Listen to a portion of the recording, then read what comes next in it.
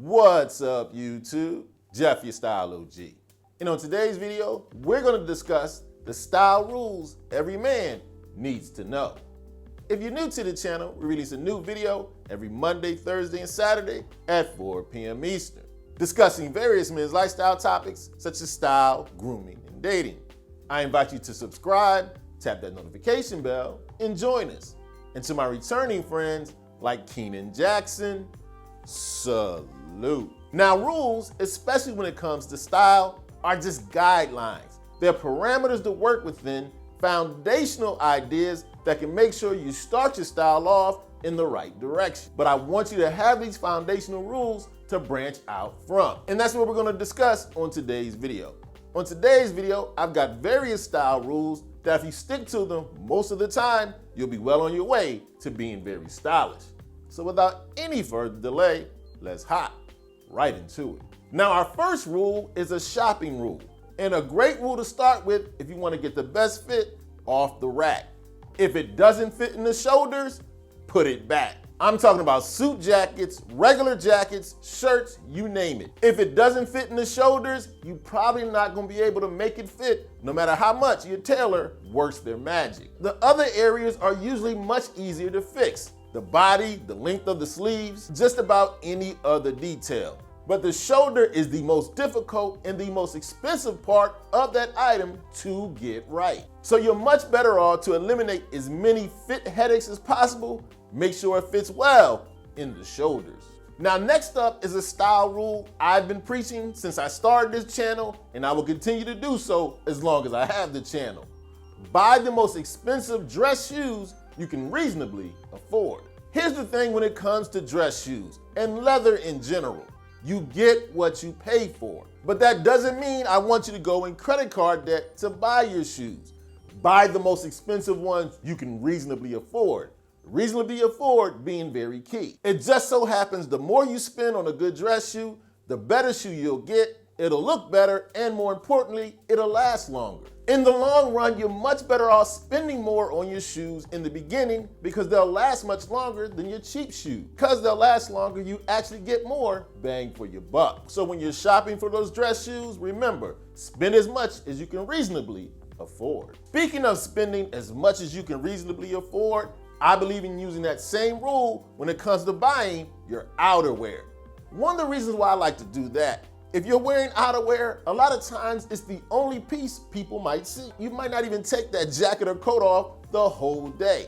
If that's the only piece they're gonna see, make a statement with quality. Just like with your dress shoes, when you invest well in your outerwear, it'll last longer, it will just look better. Whether we're talking about your leather jacket, your overcoat, a trucker jacket, or a bomber, spend more on your outerwear. Remember, you might not even take that jacket off. Make a quality statement with a quality outerwear piece. Next up is a style rule any man can follow. Whether you're a streetwear guy, a casual guy, or the most dapper. Make sure you dress for the occasion and the situation. Now, as much as I love a nice suit, I won't wear this suit to a baseball game. It just doesn't fit the occasion no matter how good I think I look. But on the other extreme, if you're going to a job interview, don't throw on sneakers and jeans. I don't care how casual a guy you are and you're just trying to be you, you want that job. Dress for the occasion. And here's a little bonus tip to add on to this one.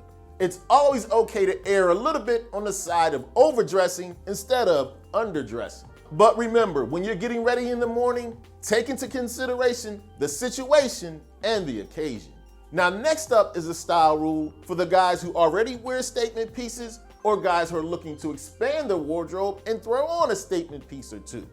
When you throw on a bold or statement piece, one bold piece at a time. Here's the thing, when you wear a bold statement piece, let that one piece make the statement. Keep the rest of your outfit pretty simple. It's because if you try to wear 2 or 3 statement pieces, those statements clash and cancel each other out. Keep the rest of your outfit simple. Have a bold shirt on, wear some simple jeans or chinos. Have a splash of color in your pants, wear something simple up top. You're trying to make a statement with your style? Remember, only one statement piece per outfit. Next up, I have another rule most guys can follow when it comes to fit.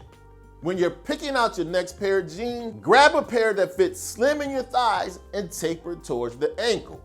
Now hear me out. That fit's gonna be different for every guy. For some bigger guys, that might be an athletic fit. For some slimmer guys, that might be a slim fit or a slim straight fit. But the point is, you want your jeans to drape nicely along your thighs and taper as they go down toward your ankle. And another thing you'll notice, the more you wear those jeans, the better they'll fit you over time. No matter what your body build is, nice slim fit in the thighs and taper towards the ankle. Now, a couple spots back, we talked about wearing only one statement piece at a time. And I know a lot of guys who are trying to step out of their comfort zone might throw in a statement piece. What I want you to do, step out of your comfort zone, but only a little. Here's what I mean. If you wear something you're not used to and you go too far, you'll feel like you're wearing a costume. You'll be very uncomfortable. So say, for example, you're a guy who doesn't wear many colors or patterns. Keep the rest of your outfit simple and wear something that you're usually comfortable with. Say, for example, a polo, and wear it in a different color. That way you're wearing an item you're used to wearing, but you're stepping out just a little bit. And as you go along and become more comfortable in your style, take more chances. One thing you don't want to do is to go too far too soon. You'll feel uncomfortable, you won't feel like yourself. When it comes to style, step out of your comfort zone, but just a little bit at a time. Now, my next rule is for guys who are trying to step up their style level and are throwing on suits and ties. And you start throwing on pocket squares as well. A rule many people don't know, do not match your pocket square to your tie. Now I get it, when you go to your local discount suit shop, they sell the pocket square matching tie set.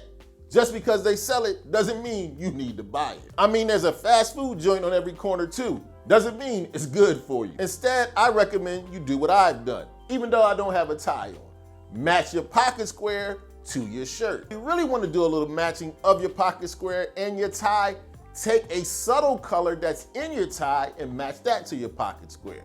But the main color in your pocket square shouldn't match the main color in your tie. I congratulate you on wearing a pocket square and a tie, but don't make this rookie mistake. Now, a couple spots earlier, we mentioned only wearing one statement piece at a time. That segues nicely into our next rule. When it comes to wearing accessories, the fewer, the better. Now, accessories are great final detail, a way to take your style up a notch and add a little personality. But just like when you're wearing a bold statement piece, too many accessories can clash. If you have on 3 bracelets, a watch, an earring, a necklace, what are they gonna pay attention to? Instead, I always recommend going for 1 or 2 accessories. Most of the time, a watch and 1 other accessory. That usually will get the job done. When you're adding final details to your look, do it in a subtle way. Keep the accessories to a minimum. Now, next up is an overall general rule that you can use from head to toe. As much as you can, try to stay away from novelty items. Yes, I'm talking about a graphic t-shirt with a joke that's not that funny, a bold tie with a cartoon character, or your underwear with a bunch of bold designs and patterns. I get it, you want to express yourself, but as you evolve into your style, novelty makes you look just like that, a novelty. Now, if you're someone who's comfortable and has developed their style and you think you can pull off a novelty item, go for it. It's okay to break the rules from time to time. But for most of us, novelty just doesn't work. If you want to make more of a statement, add some color or a pattern you might not normally wear. But if you're wearing something that's a novelty and has a joke on it, the joke might be on you. Now, next up is another tried and true men's style rule. As much as possible, match your leathers and your metals, especially when we're talking about your shoes and your belt. When it's time to throw on those shoes and your belt, make sure they match. Have a black shoe on, wear a black belt. Brown shoes, wear a brown belt. But here's the good thing about brown. The browns don't have to match exactly. Just be in the same family color and make it close. And it's the same thing when it comes to your metals. Have a silver bracelet on, a silver watch will work best. Have a gold necklace on, your other accessories should be gold as well. And also pay attention to the dullness or shininess of your accessories. Have a shiny belt on, a shinier shoe might work better. A more reserved pair of shoes, the belt should be more reserved as well. A rule you might be able to bend a little bit, but I suggest you stick to it as much as possible. Try to match your leathers and your metals. Now, as I mentioned in the beginning of the video, these rules are just to give you parameters. guidelines to work within. Once you have these rules down and you've evolved into your style, it's okay to bend and break them as you see fit. As always, I'd love to have your input. Let me know the style rules that you may disagree or agree with on this list, or if you have some style rules you feel like I left out. Let us know in the comment section.